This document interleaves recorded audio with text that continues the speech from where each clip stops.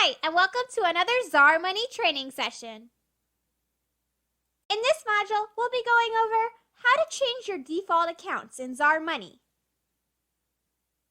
Default accounts are the accounts that different parts of the interface pull when creating transactions in ZarMoney.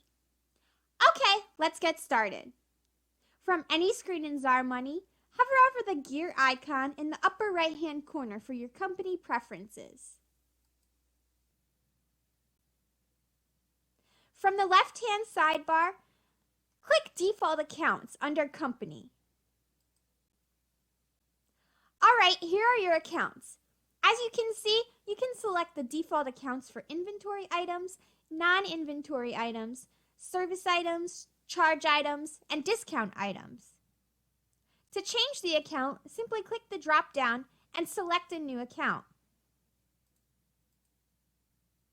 Additionally, you can change miscellaneous default accounts, such as the account for sales discounts, write-offs, the default account to deposit into, purchase discounts, as well as inventory adjustment.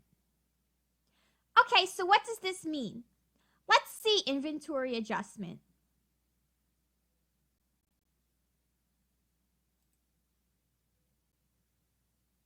As you can see, the inventory adjustment interface pulls the inventory adjustment financial account automatically when performing the function.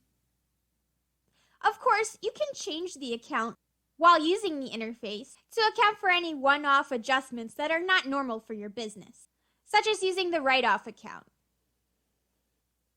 Okay, that's all for this training session. For more help, visit us at ZarMoney.com.